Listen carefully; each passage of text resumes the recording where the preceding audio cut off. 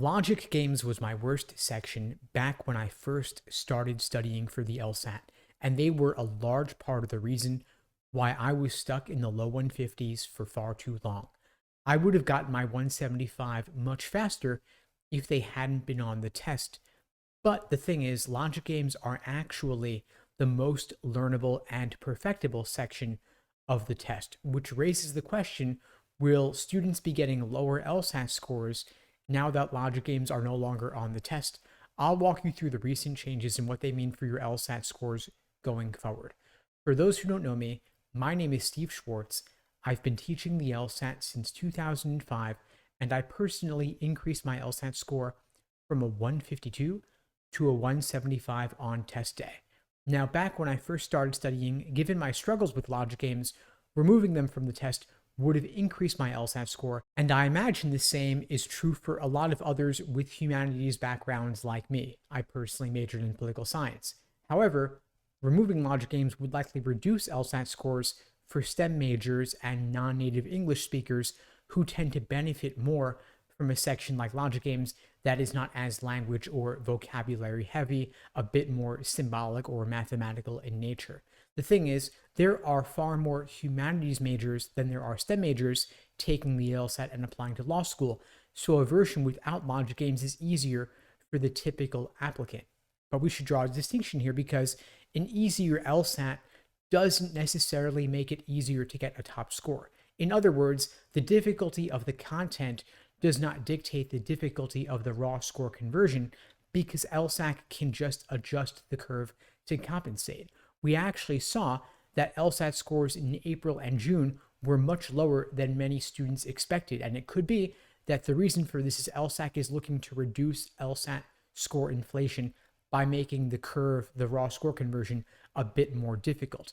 In recent years, there has been a lot of LSAT score inflation due to the temporary LSAT Flex format, which was shorter and had no extra unscored experimental section. Due to the pandemic, students had more time to study, and of course, in recent years, it's become a lot easier to get accommodations for things like extra time on the LSAT.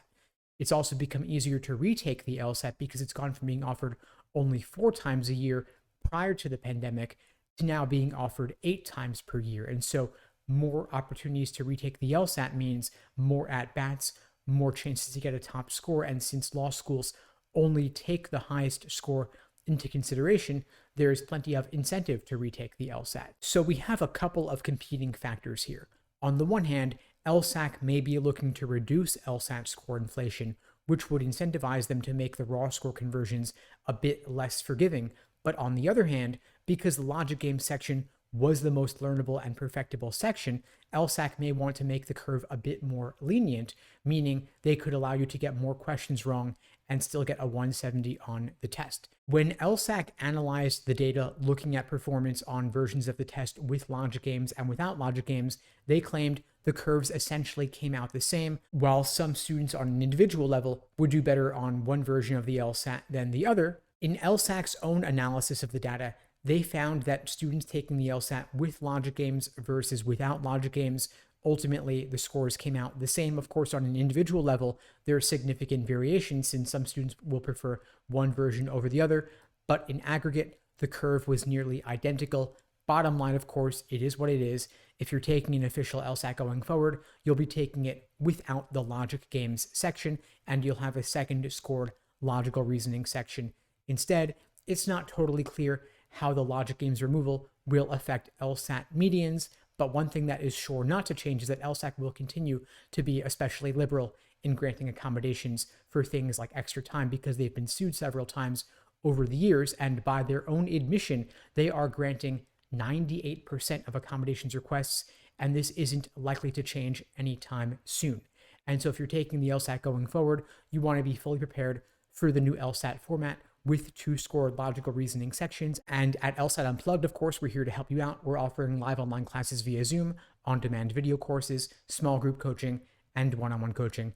You can check out the links below to find out more and to book a call with me and my team. We'd be glad to help you out. Of course, we have completely revamped our LSAT courses and coaching for the new LSAT format. We've removed all of our logic games materials, added a whole lot more on logical reasoning, and you're going to want to devote a lot more time to logical reasoning in your prep since it'll now be 2/3 of the test. There are roughly 15 different types of logical reasoning questions, but not all of them are equally important because some show up more often than others. The three biggest types you're going to want to start with are necessary assumption, inference, and flaw. Make sure you've mastered them. Make sure you know the patterns. Make sure you know the proper perspective from which to view each section and each question type. If you join one of our programs, we will create for you a personalized day-by-day study plan, laying out exactly what to do from now until your test date, whenever you're taking it, whether it's in September, October, November, January, February, or beyond. We've got you covered. Of course, studying for the LSAT properly is not just about question stem type.